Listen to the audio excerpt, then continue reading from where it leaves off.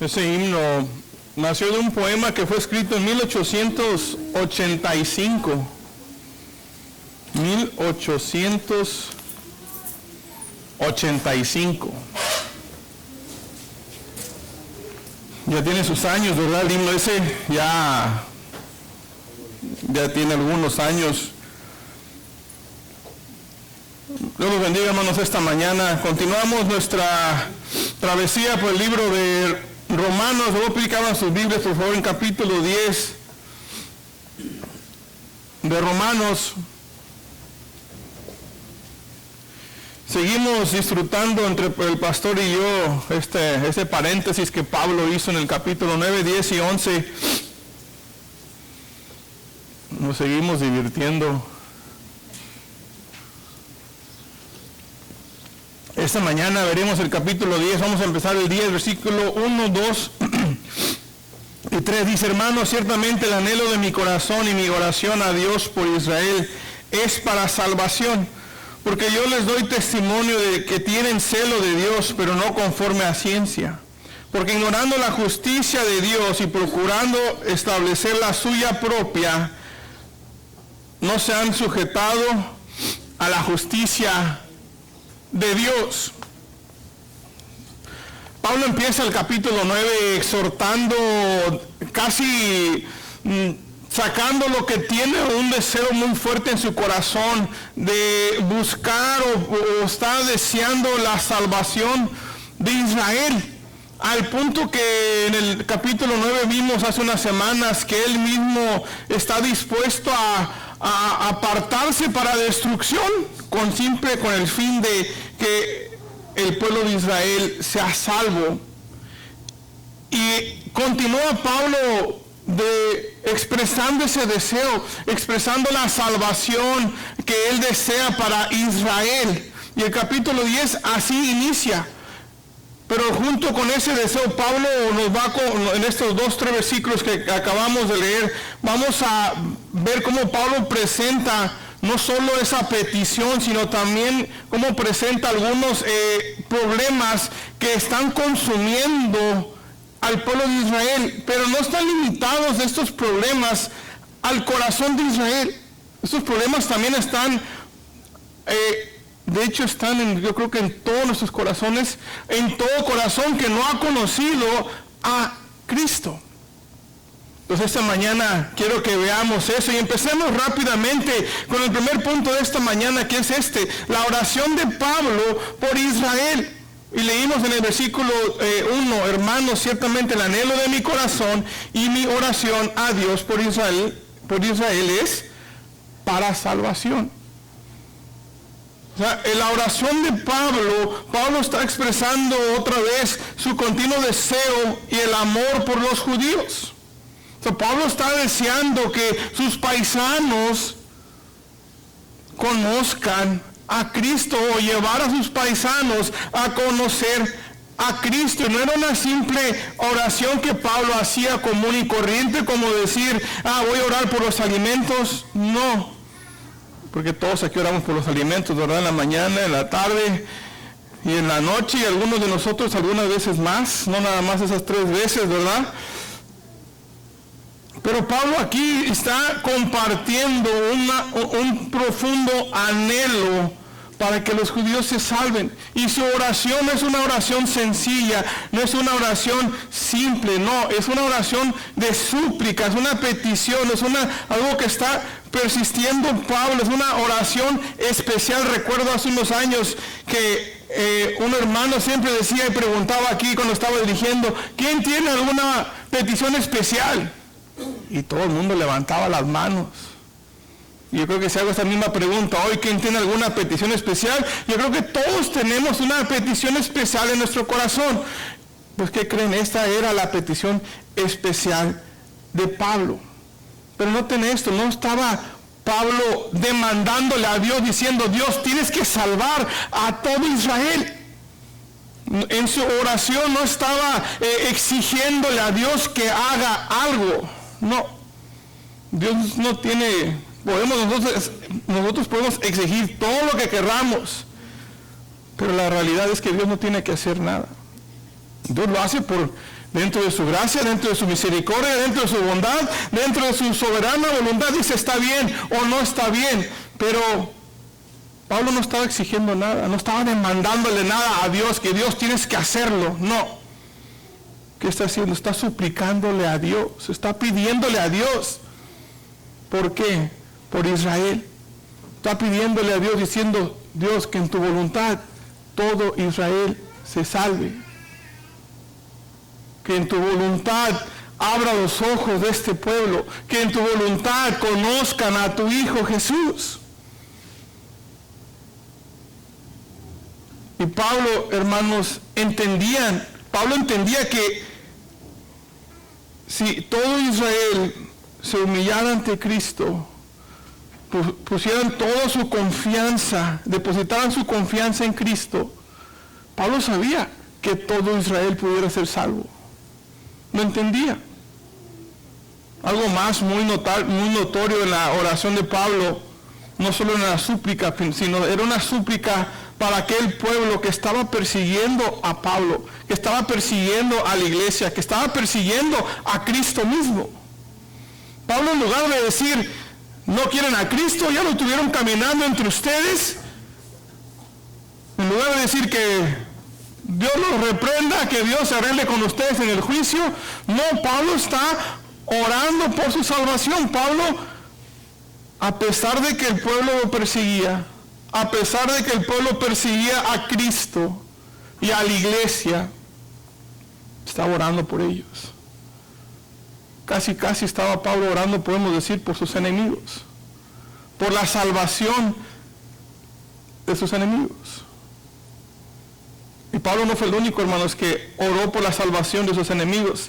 Si recordamos un poco en el libro de Hechos, cómo Esteban, de hecho, a manos de Pablo, o en ese tiempo de Saulo, Esteban, mientras era apedreado por predicar a Cristo, hace una oración muy sencilla que dice, Señor, no les tomes en cuenta este pecado.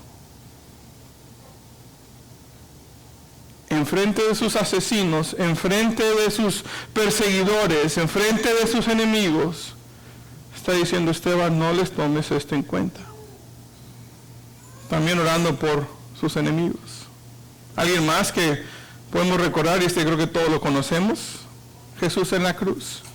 Jesús colgado en la cruz. Jesús golpeado, a punto de morir. Como el espectáculo de todo el pueblo, de todo enfrente de sus enemigos, burlándose todos de él. La oración de Jesús es esta: Padre, perdónalos porque no saben lo que hacen. Jesús, como Esteban y como Pablo, orando por sus enemigos, orando por sus asesinos, orando por aquellos y suplicando por aquellos que le estaban haciendo un mal. Cuando alguien nos hace daño, ¿cómo es nuestra oración? Oramos normalmente para que Dios derrame y haga caer una desgracia sobre ellos, sobre nuestros enemigos. No, ¿verdad? Es otra iglesia, no otra Reynosa, no los de aquí. Nunca somos nosotros que oramos, Señor, que caiga fuego del cielo. No, ¿verdad? No somos aquellos que memorizamos los salmos imprecatorios. ¿Saben cuáles son esos salmos? Son los salmos donde los salmistas deseaban y pedían a Dios la maldición de sus enemigos. Y hay varios en los salmos. Casi siempre eso nunca los usamos como lectura bíblica acá enfrente. Pero esos salmos, espero que no cuando oramos estamos orando de esa manera. O cuando oramos hacemos como hacía Jonás, que esperó afuera en un cerro esperar que Dios destruyera a Nínive. Ya me imagino Jonás sentado en una silla, en un catre, con una bolsa de palomitas esperando que Dios destruyera a Nínive.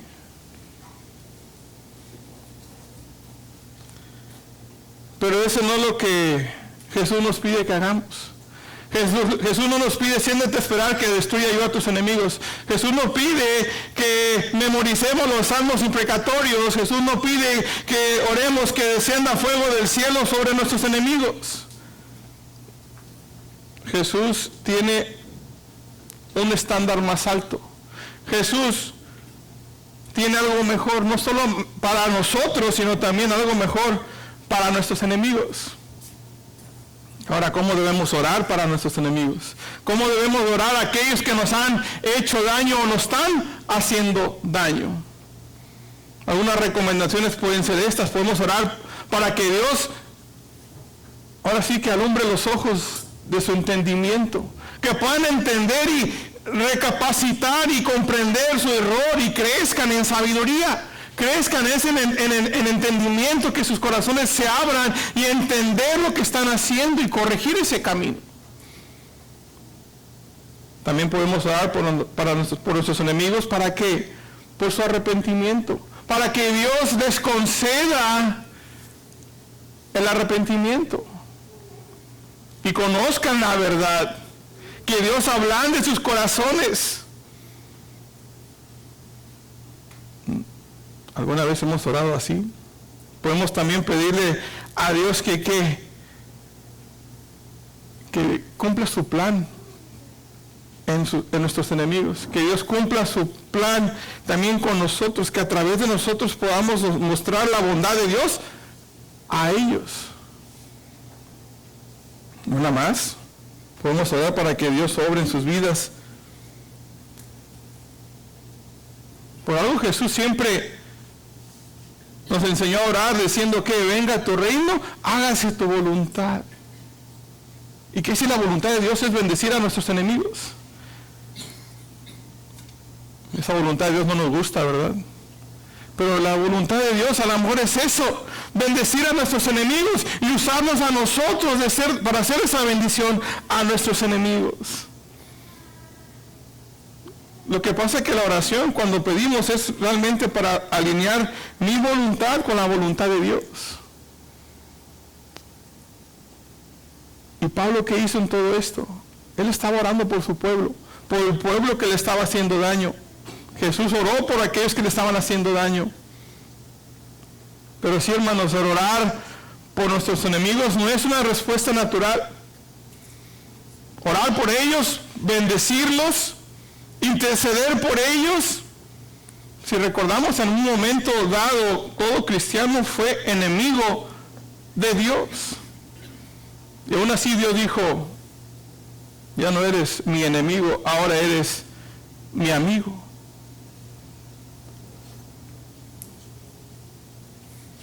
El hecho de poder orar por nuestros enemigos, hermanos, también mantiene nuestros corazones libres de la amargura. Orar por la bendición de ellos mantiene nuestros corazones libres de amargura. Que una raíz de amargura no crezca en nuestros corazones y ese deseo se convierta en odio hacia nuestros enemigos. Por eso parte nos pide Dios que oremos por ellos. ¿Qué tanto es nuestra súplica a Dios por nuestros amados que no son salvos? Eso a lo mejor es muy fácil. Orar por aquellos que queremos ver salvos, eso es muy fácil, probablemente lo hacemos todos los días. Pero en el caso de orar por la salvación de nuestros enemigos, es más complicado. ¿Cuándo fue la última vez que lo hicimos? Que oramos por aquellos que me hicieron daño, pero que oramos que Dios demuestre su bondad hacia ellos. ¿Cuándo fue la última vez? Por algo la Biblia nos anima y lo veremos más adelante en Romanos, pero nos dice esto: si tu enemigo tiene hambre, dale de comer; si tiene sed, dale de beber. ¿Para qué? Para que con tu actitud, con tus hechos, se avergüencen de su conducta. Y Jesús todavía nos dice: amen a sus enemigos, oren por quienes los persiguen. Es muy claro cómo debe ser nuestra oración. Es muy clara. orar por su salvación, pero también por aquellos enemigos que nos han hecho daño, orar por ellos, pedir la bendición de Dios sobre ellos, pedir la gracia de Dios, pedir el entendimiento de sus corazones, que Dios les conceda ese arrepentimiento. El segundo punto esta mañana es este, hermanos, el celo ignorante de Israel. El versículo 2 dice esto: porque yo les doy testimonio de que tienen celo de Dios, pero no conforme a ciencia. Pablo sabía, hermanos, exactamente el celo radical, religioso que había en el pueblo de Israel. Pablo lo vivió, era parte de su vida, de ser un religioso fariseo que estaba alejado de Dios. El punto que Pablo mismo se describe de esta manera: perseguía sobremanera a la iglesia de Dios y los asolaba. Pablo hacía esto, asolaba a la iglesia de Dios por su celo, por su creencia religiosa, a lo mejor por lo que sus padres le enseñaron, o por lo que le enseñó su maestro Gamaliel, o por quien haya sido. Lo que Pablo sí tenía es esto: era un celo tradicional, arraigado en un error que no conocía a Dios. Y Pablo todavía describe: yo era circuncidado al 8º día, linaje de Israel, tribu de Benjamín, hebreo de hebreos, en cuanto a la ley, fariseo, en cuanto al celo, perseguidor de la iglesia, en cuanto a la justicia, dice la ley. Ese era Pablo describiéndose, diciéndole al pueblo de Israel: yo sé exactamente lo que ustedes son, yo conozco su celo, ese celo era parte de mí. Si hablamos de celo, dice, no hay alguien con más celo que yo, le está diciendo Pablo ahí. No hay otro que tenía más celo por la ley y por su religión que Pablo. Y esa ley, ese celo, era una manera de vivir que seguían reglas, una manera legalista, demandas externas que sí se veían muy bonito ante la sociedad. Pero el corazón estaba muy alejado de Dios. Este celo carecía por completo una vida espiritual. Carecía, no conocía el camino de Dios y mucho menos andaba sobre ese camino de Dios. Estaba alejado por completo, al punto que ese celo se oponía al camino verdadero. Ellos creían que la ley los iba a salvar. La ley no salva a nadie. La ley tenía dos propósitos: para decir, soy pecador, y para enseñarme que necesito a Cristo. Ese era el propósito de la ley, llevarnos a Cristo. ¿Por qué? Porque somos pecadores y es imposible que cumplamos cada punto de la ley. Sin embargo, los fariseos la mantenían, la seguían, diciendo, esto me va a salvar.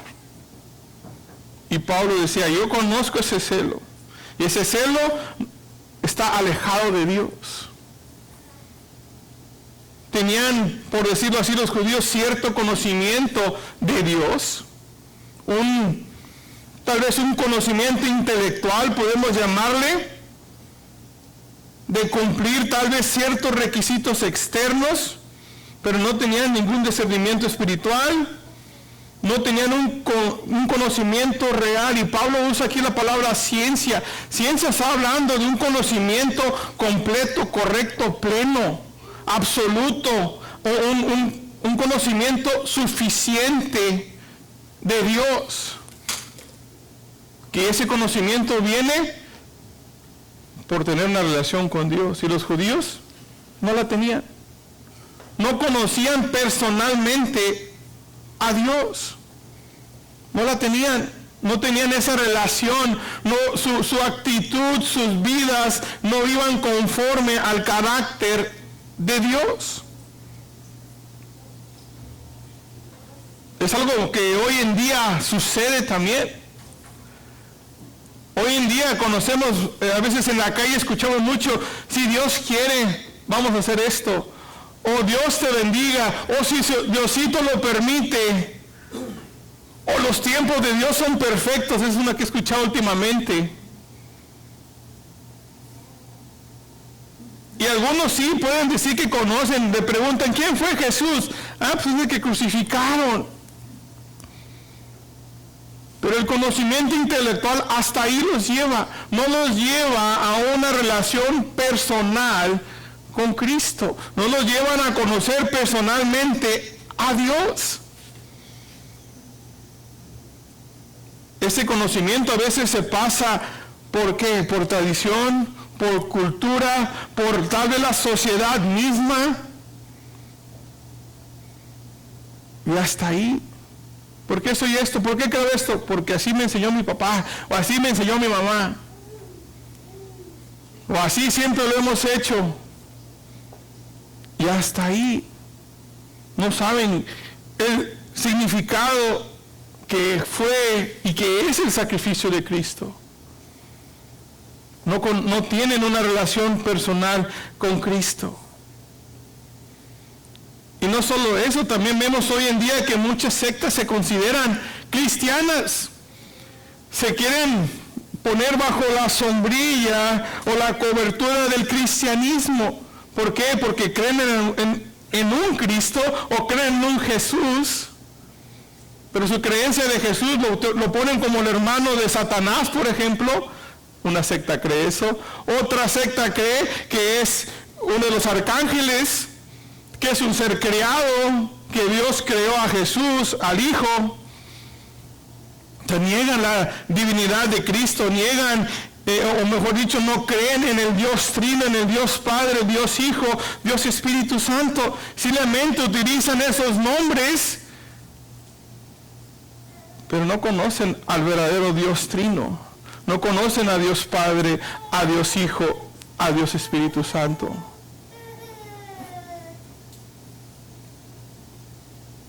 Es imposible, hermanos, tener un conocimiento correcto de Dios y su justicia si no conocemos a su Hijo Jesucristo.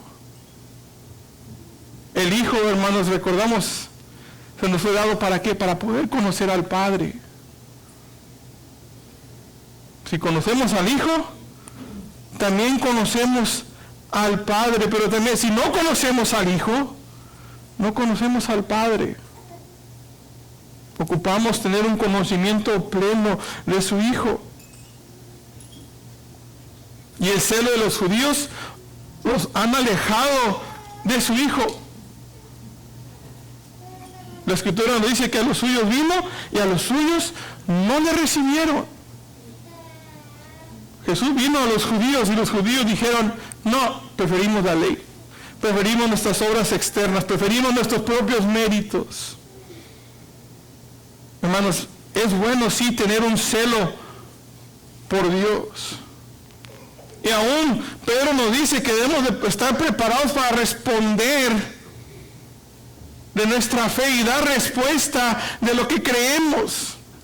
Pero esa respuesta debe estar basada en el conocimiento pleno de Dios, debe estar basada en su palabra, debe estar basada en su Hijo Jesucristo.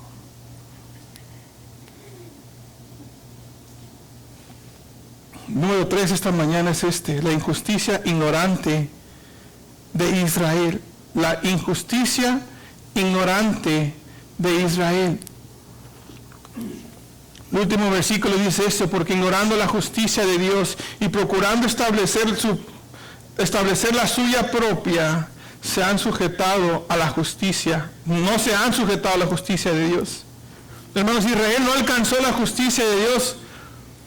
¿Por qué? Porque iban tras de ella por medio de la ley y no por medio de la fe. Ellos querían llegar a Dios con todas estas obras y no por medio de la fe.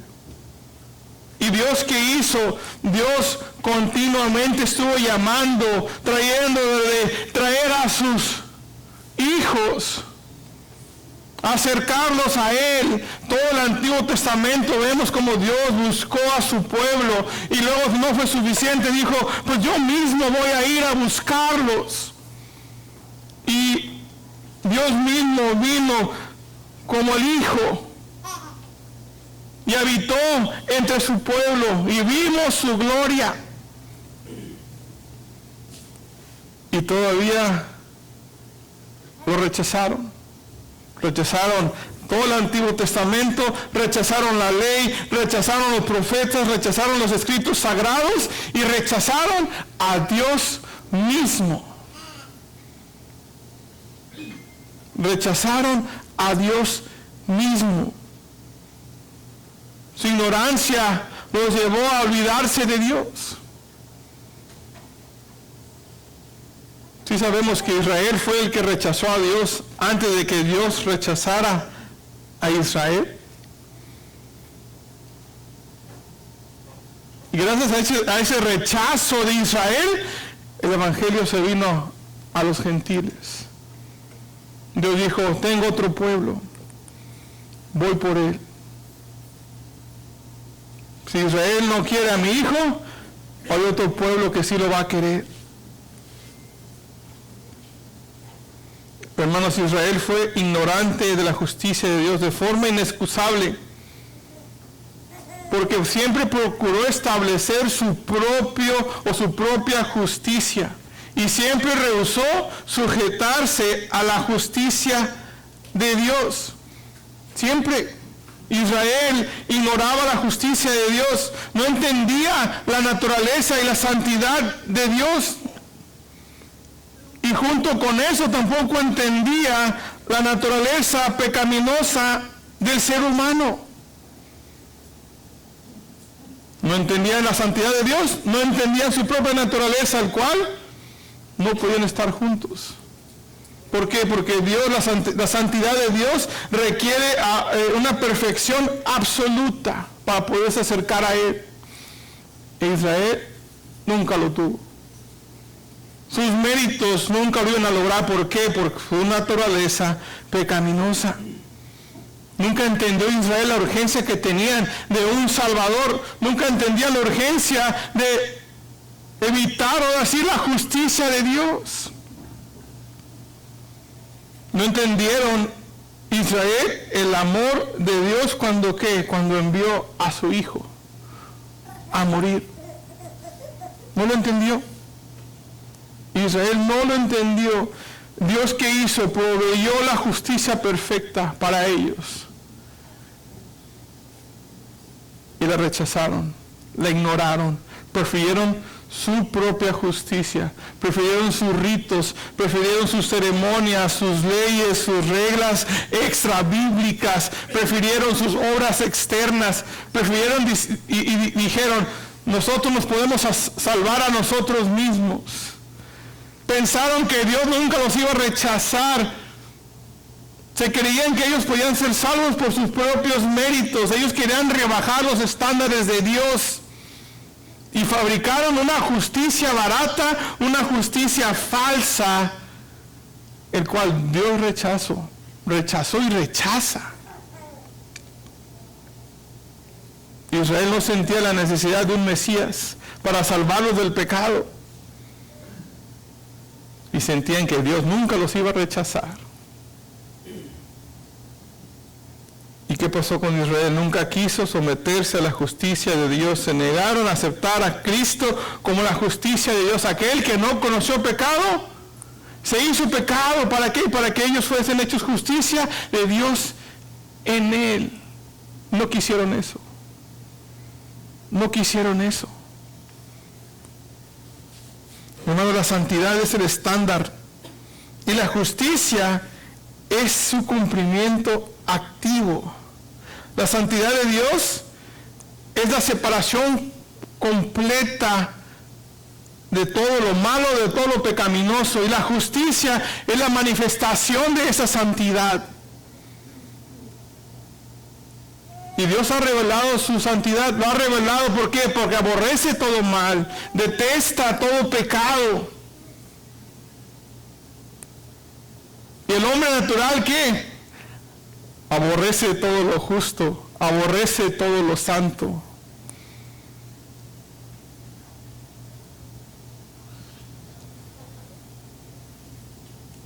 Hermano, la respuesta del ser humano ante la santidad y justicia de Dios debe ser algunas cosas. Una debe ser que caer ante los pies con temor y temblor y alabanza ante su santidad.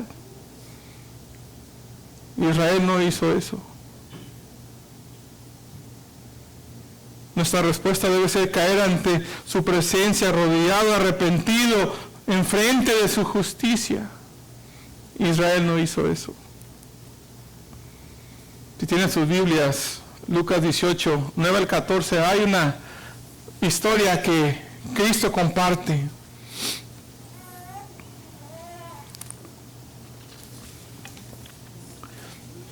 Dice el fariseo, Lucas 18, 9, dice: el fariseo puesto en pie oraba consigo mismo de esta manera: Dios, Dios, te doy gracias porque no soy como los otros hombres. Y da una lista que dice: no soy ladrón, no soy injusto, no soy adúltero, ni aún no soy como aquel publicano. ¿Qué hago? Ve mis méritos, Dios, lo que hago cada semana. Ayuno 2 veces a la semana, doy diezmo de todo lo que gano. Ve lo que hago, Dios. Ve mis méritos, son buenísimos. Y luego que dice acerca del publicano, del mafioso. Dice: estando lejos no quería ni aún alzar los ojos al cielo, sino que se golpeaba el pecho diciendo: Dios, sé propicio a mí, pecador. Dios, ten misericordia de mí porque soy pecador. No querían acercarse a lo más santo del templo, por decirlo así, porque él sabía que no podía acercarse ahí, que no era digno de acercarse porque era pecador. Esta historia que comparte aquí Jesús, podemos ver la ignorancia, el celo equivocado, lo que en su propia autojusticia que ellos querían llevar a cabo, el cual no se acercaba a Dios. Y también podemos ver cómo podemos recibir la justicia de Dios. Podemos acercarnos ante Dios sabiendo que somos pecadores, sabiendo que no somos dignos de estar ante la santidad de Dios y que merecemos todo el juicio completo de Dios sobre nosotros. Y clamar a Dios, pedir misericordia. ¿Por qué? Porque somos pecadores. Esta historia, hermanos, comparte la ignorancia, la creencia, la práctica de los judíos, pero si somos honestos, en muchas veces es la práctica de hoy en día. Porque siempre con él hemos escuchado: yo soy buena persona, yo soy buen padre, yo fui buen esposo, no le hago daño a nadie. Las clásicas respuestas de la autojustificación, de una justificación barata y falsa, el cual Dios rechaza. Dios no está buscando qué obras hiciste tú. Dios está viendo la obra que Cristo hizo en la cruz por nosotros.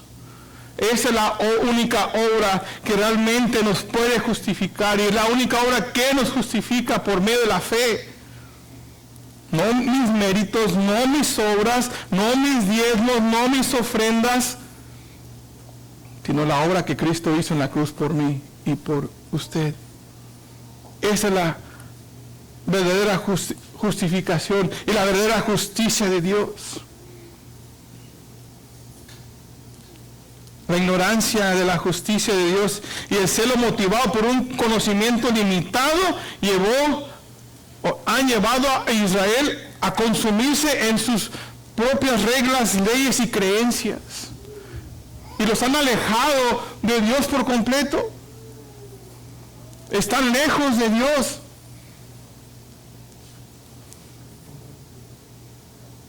Estas características, hermanos, y necesidades realmente no están limitadas a Israel. Yo creo que hemos visto un poco que el mundo actual también tiene un conocimiento limitado de Dios. Tiene un celo motivado por razones equivocadas o por un conocimiento equivocado. Y viven en vidas ignorando la justicia de Dios. Viven creyendo que con sus méritos, sus obras, van a lograr ser justos. Eso no está limitado a Israel. No está limitado solamente a esa nación.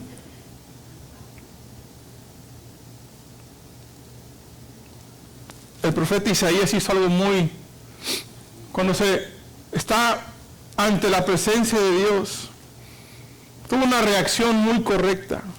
Dice el profeta Isaías: ay de mí que soy muerto. Cuando está enfrente de la presencia de Dios, ante su santidad, ante su justicia, dice el profeta: ay de mí que soy muerto, porque siendo hombre inmundo de labios y habitando en medio de un pueblo también de labios inmundos. Él había reconocido la santidad de Dios, sabía que por su pecado, por su necesidad, no podía estar ante un Dios 3 veces santo. No podía. Isaías aceptó esa condición, aceptó su necesidad y entendió que no puede estar ante un Dios santo. Y él tuvo la correcta reacción. Si nosotros no podemos tener una reacción similar a la de Isaías, tenemos un grave problema. Y el problema es esto, que no conocemos al único y verdadero Dios. Si no podemos tener esa reacción cuando estamos ante la presencia de Dios y decir: Dios, ten misericordia de mí, probablemente no conocemos al único y verdadero Dios. Isaías lo tuvo. Esta mañana las 3 palabras que quiero compartir con ustedes es esta. La primera es súplica. Súplica. ¿Cuál es nuestra súplica? ¿Solamente oramos por nuestros seres queridos? ¿O también oramos por nuestros enemigos? Oramos por aquellos que nos hacen daño. Oramos para que Dios sea de bendición y demuestre su bondad ante ellos. ¿Cuál es nuestra súplica esta mañana? ¿Suplicamos que Dios descienda su fuego sobre nuestros enemigos, o oramos que Dios les conceda arrepentimiento? ¿Cuál es nuestra súplica? La siguiente palabra es esta: sabiduría. Dice la Biblia que el principio de la sabiduría es el temor del Señor. El conocimiento completo de Dios, hermanos, es conocer a su Hijo. ¿Quieren tener un conocimiento completo, una sabiduría correcta? Es conocer a su Hijo. Sin Jesús estamos completamente alejados de Dios, al punto que somos enemigos de Dios. ¿Quieren tener una sabiduría correcta? Es esto, es conocer a Jesús. Finalmente, la última palabra es santidad. La justicia y santidad de Dios son inseparables. No se pueden separar, no se pueden dividir, van de la mano, porque Dios es perfectamente santo y también exige que nosotros seamos santos. Por algo Jesús nos dijo: sed pues vosotros perfectos como vuestro Padre que está en los cielos es perfecto. Después Pedro nos recomienda también lo mismo, porque escrito está: sed santos porque yo soy santo. Hermano, la santidad no se obtiene, no se logra con nuestros propios méritos, con mis propias obras, porque soy buena persona, no se va a lograr de esa manera en esta tierra. La santidad se logra ¿cómo? Solamente porque Dios está dispuesto a otorgarla por medio de su gracia. No por mis obras, sino por la obra de Cristo en la cruz. No por lo que yo pueda hacer, sino porque lo que Dios ha hecho. Nos ha compartido su gracia. Nuestras palabras son estas: la súplica, la sabiduría y la santidad. Vamos a orar. Padre, gracias te damos esta mañana. Gracias que podemos ir ante ti.